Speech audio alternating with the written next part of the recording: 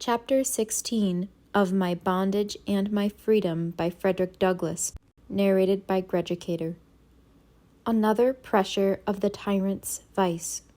List of chapter topics. Experience at Covey's summed up. First 6 months severer than the second. Preliminaries to the change. Reasons for narrating the circumstances. Scene in the treading yard. Author taken ill. Unusual brutality of Covey. Author escapes to St. Michael's. The pursuit. Suffering in the woods. Driven back again to Covey's. Bearing of Master Thomas. The slave is never sick. Natural to expect slaves to feign sickness. Laziness of slaveholders. The foregoing chapter, with all its horrid incidents and shocking features, may be taken as a fair representation of the first 6 months of my life at Covey's. The reader has but to repeat, in his own mind, once a week, the scene in the woods where Covey subjected me to his merciless lash, to have a true idea of my bitter experience there during the first period of the breaking process through which Mr. Covey carried me. I have no heart to repeat each separate transaction in which I was a victim of his violence and brutality. Such a narration would fill a volume much larger than the present one. I aim only to give the reader a truthful impression of my slave life, without unnecessarily affecting him with harrowing details. As I have elsewhere intimated that my hardships were much greater during the first 6 months of my stay at Covey's than during the remainder of the year, and as the change in my condition was owing to causes which may help the reader to a better understanding of human nature when subjected to the terrible extremities of slavery, I will narrate the circumstances of this change, although I may seem thereby to applaud my own courage. You have, dear reader, seen me humbled, degraded, broken down, enslaved, and brutalized, and you understand how it was done. Now let us see the converse of all this, and how it was brought about, and this will take us through the year 1834. On one of the hottest days of the month of August, of the year just mentioned, had the reader been passing through Covey's farm, he might have seen me at work, in what is there called the treading yard, a yard upon which wheat is trodden out from the straw by the horses' feet. I was there at work feeding the fan, or rather bringing wheat to the fan, while Bill Smith was feeding. Our force consisted of Bill Hughes, Bill Smith, and a slave by the name of Eli, the latter having been hired for this occasion. The work was simple and required strength and activity rather than any skill or intelligence, and yet, to one entirely unused to such work, it came very hard. The heat was intense and overpowering, and there was much hurry to get the wheat trodden out that day through the fan, since if that work was done an hour before sundown, the hands would have, according to a promise of Covey, that hour added to their night's rest. I was not behind any of them in the wish to complete the day's work before sundown, and hence I struggled with all my might to get the work forward. The promise of 1 hour's repose on a weekday was sufficient to quicken my pace and to spur me on to extra endeavor. Besides, we had all planned to go fishing, and I certainly wished to have a hand in that. But I was disappointed, and the day turned out to be one of the bitterest I ever experienced. About 3 o'clock, while the sun was pouring down his burning rays, and not a breeze was stirring, I broke down. My strength failed me. I was seized with a violent aching of the head, attended with extreme dizziness, and trembling in every limb. Finding what was coming, and feeling it would never do to stop work, I nerved myself up and staggered on until I fell by the side of the wheat fan, feeling that the earth had fallen upon me. This brought the entire work to a dead stand. There was work for 4. Each one had his part to perform, and each part depended on the other, so that when one stopped, all were compelled to stop.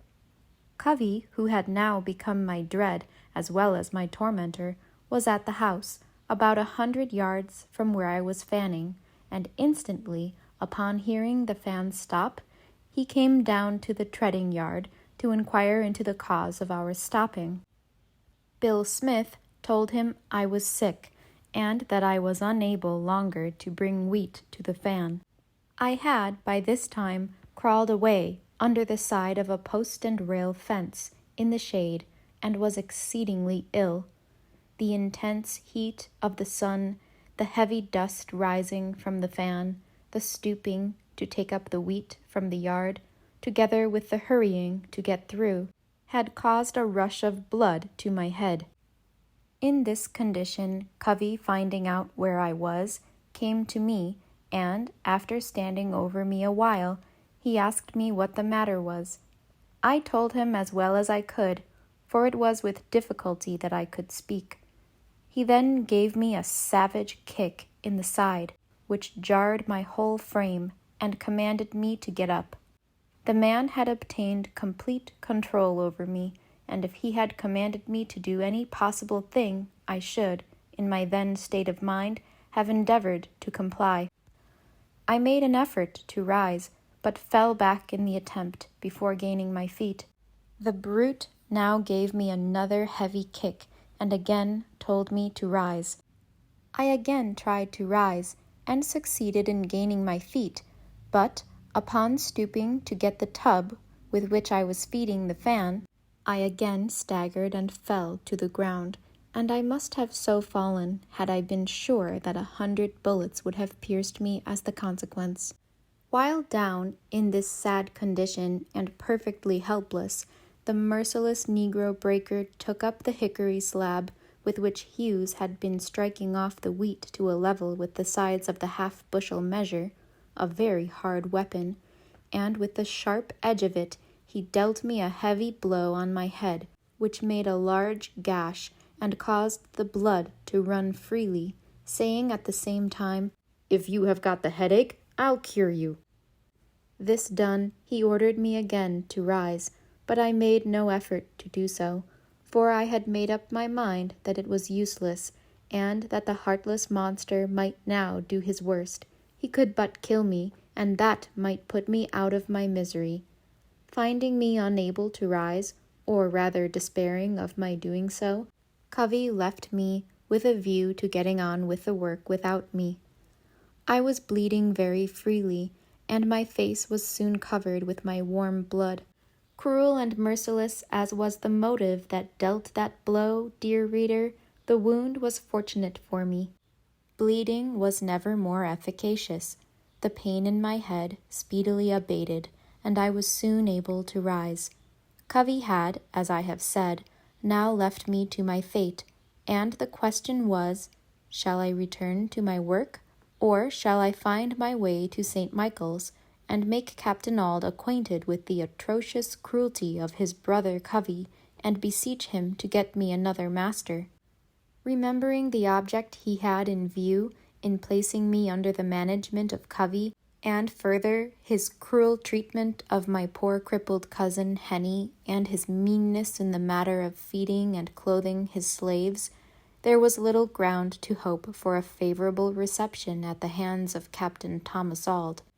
Nevertheless, I resolved to go straight to Captain Auld, thinking that, if not animated by motives of humanity, he might be induced to interfere on my behalf from selfish considerations. He cannot, thought I, allow his property to be thus bruised and battered, marred and defaced, and I will go to him and tell him the simple truth about the matter. In order to get to St. Michael's by the most favorable and direct road, I must walk 7 miles, and this, in my sad condition, was no easy performance. I had already lost much blood. I was exhausted by overexertion. My sides were sore from the heavy blows planted there by the stout boots of Mr. Covey, and I was, in every way, in an unfavorable plight for the journey. I, however, watched my chance, while the cruel and cunning Covey was looking in an opposite direction, and started off across the field for St. Michael's. This was a daring step. If it failed, it would only exasperate Covey and increase the rigors of my bondage during the remainder of my term of service under him. But the step was taken, and I must go forward. I succeeded in getting nearly halfway across the broad field toward the woods before Mr. Covey observed me. I was still bleeding, and the exertion of running had started the blood afresh. "Come back! Come back!" vociferated Covey, with threats of what he would do if I did not return instantly. But, disregarding his calls and his threats, I pressed on toward the woods as fast as my feeble state would allow. Seeing no signs of my stopping, Covey caused his horse to be brought out and saddled, as if he intended to pursue me. The race was now to be an unequal one, and, thinking I might be overhauled by him if I kept the main road, I walked nearly the whole distance in the woods, keeping far enough from the road to avoid detection and pursuit. But I had not gone far before my little strength again failed me, and I laid down. The blood was still oozing from the wound in my head, and for a time I suffered more than I can describe.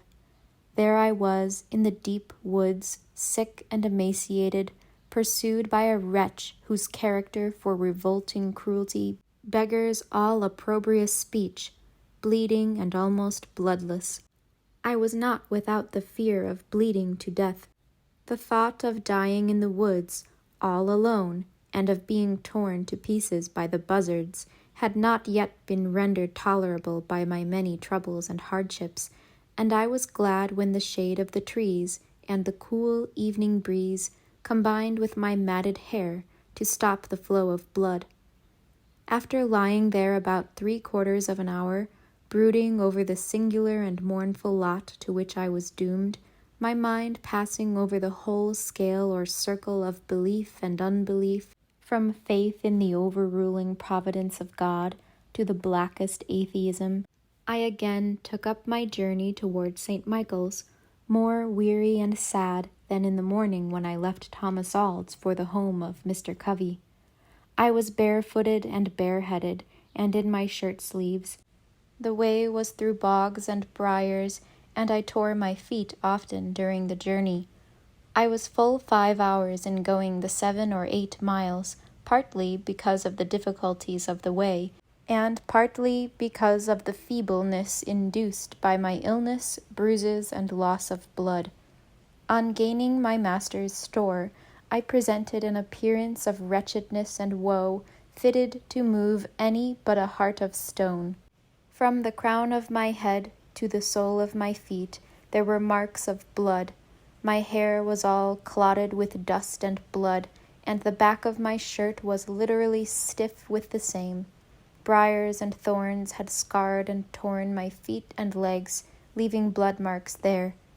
Had I escaped from a den of tigers, I could not have looked worse than I did on reaching St. Michael's. In this unhappy plight, I appeared before my professedly Christian master, humbly to invoke the interposition of his power and authority to protect me from further abuse and violence. I had begun to hope, during the latter part of my tedious journey toward St. Michael's, that Captain Auld would now show himself in a nobler light than I had ever before seen him. I was disappointed. I had jumped from a sinking ship into the sea. I had fled from the tiger to something worse. I told him all the circumstances as well as I could, how I was endeavoring to please Covey, how hard I was at work in the present instance, how unwillingly I sunk down under the heat, toil, and pain, the brutal manner in which Covey had kicked me in the side, the gash cut in my head, my hesitation about troubling him, Captain Auld, with complaints, but that now I felt it would not be best longer to conceal from him the outrages committed on me from time to time by Covey. At first, Master Thomas seemed somewhat affected by the story of my wrongs, but he soon repressed his feelings and became cold as iron. It was impossible, as I stood before him at the first, for him to seem indifferent. I distinctly saw his human nature asserting its conviction against the slave system, which made cases like mine possible. But, as I have said, humanity fell before the systematic tyranny of slavery. He first walked the floor, apparently much agitated by my story and the sad spectacle I presented, but presently it was his turn to talk. He began moderately, by finding excuses for Covey and ending with a full justification of him, and a passionate condemnation of me. He had no doubt I deserved the flogging. He did not believe I was sick. I was only endeavoring to get rid of work. My dizziness was laziness, and Covey did right to flog me as he had done. After thus fairly annihilating me and rousing himself by his own eloquence, he fiercely demanded what I wished him to do in the case. With such a complete knock-down to all my hopes as he had given me, and feeling as I did my entire subjection to his power, I had very little heart to reply. I must not affirm my innocence of the allegations which he had piled up against me, for that would be impudence, and would probably call down fresh violence as well as wrath upon me. The guilt of a slave is always and everywhere presumed, and the innocence of the slaveholder or the slave employer is always asserted. The word of the slave against this presumption is generally treated as impudence, worthy of punishment. "Do you contradict me, you rascal?" is a final silencer of counterstatements from the lips of a slave. Calming down a little in view of my silence and hesitation, and perhaps from a rapid glance at the picture of misery I presented, he inquired again, what would I have him do? Thus invited a second time, I told Master Thomas I wished him to allow me to get a new home and to find a new master, that as sure as I went back to live with Mr. Covey again, I should be killed by him, that he would never forgive my coming to him, Captain Auld, with a complaint against him, Covey, that since I had lived with him he had almost crushed my spirit, and I believed that he would ruin me for future service, that my life was not safe in his hands. This Master Thomas, my brother in the church, regarded as nonsense. There was no danger of Mr. Covey's killing me. He was a good man, industrious and religious, and he would not think of removing me from that home.